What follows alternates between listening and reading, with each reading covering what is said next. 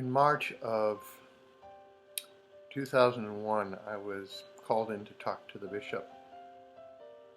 And he asked me if I would be willing to go back to school in order to become the director of the Office for Worship.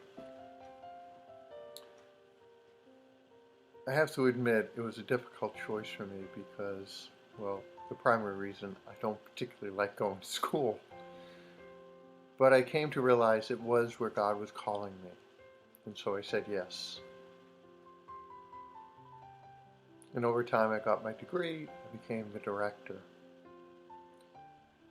But by March of 2006, I really began to recognize there was something missing in my life. And I realized that it was not being part of a parish. Yes, I helped out in parishes. I helped out on weekends, celebrated masses as parishes needed me to do. But that's not the same as having a pastoral connection with the people, having a pastoral responsibility for the people. And when I was a little kid, when I thought of being a priest, it wasn't about sitting in an office. It was really about being with the people. And I needed that back. And it just so happened in that March, a friend of mine was telling me about her pastor leaving her parish, and it was a small parish. He was retiring. And I thought to myself, I could run the parish. It's small, and I could still be the director. So I talked to some people to see if they thought it was a good idea.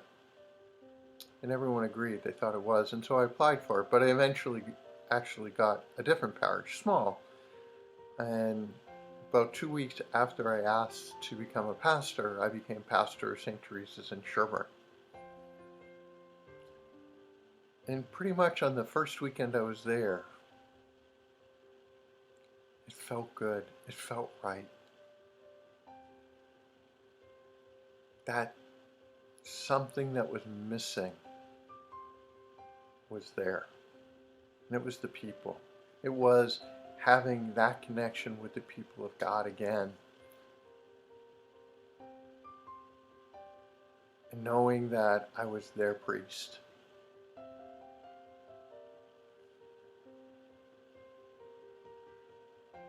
As I come into this time period where, this past Sunday, looking out at the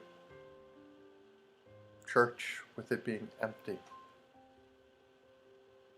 it's been really hard, really for the same reason. It's different. Now I do have a parish and I am responsible for people and I am connected to you, but not having you physically here, physically with me, particularly in this, the holiest time of the entire year,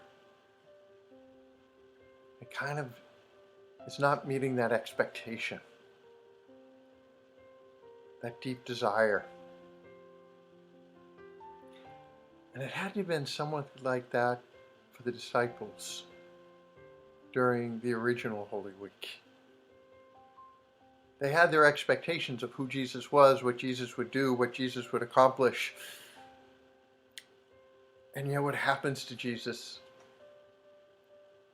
as the crowd turns on him, as disciples deny him, reject him, turn him in. This was not their expectation for Jesus. This was not their expectation for the Messiah. And yet the reality is what God had planned for them was so much greater than their expectation. What God was creating in that moment was so much greater than their expectation. They just didn't know it. Now, I don't believe God has made our current situation what it is. I don't think He set this up.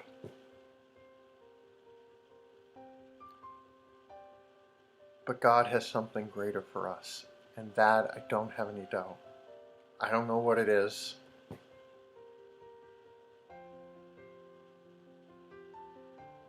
But God's expectations are greater than our own. And that, if Holy Week teaches us nothing else, it teaches us that. In a time where hope seems hard, Holy Week is a reminder to us of what the power of hope can do. If we can let go of our expectations of what should be, what can be, what must be, and simply hope in the promises of our God. It is there that we find our strength. It is there that we find our resilience.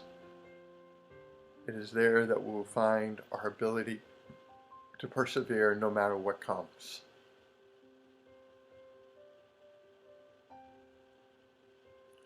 Holy Week is about hope. It's about letting go of expectations. It's about dying to ourselves in order to be able to rise to that new life that our God has planned for us.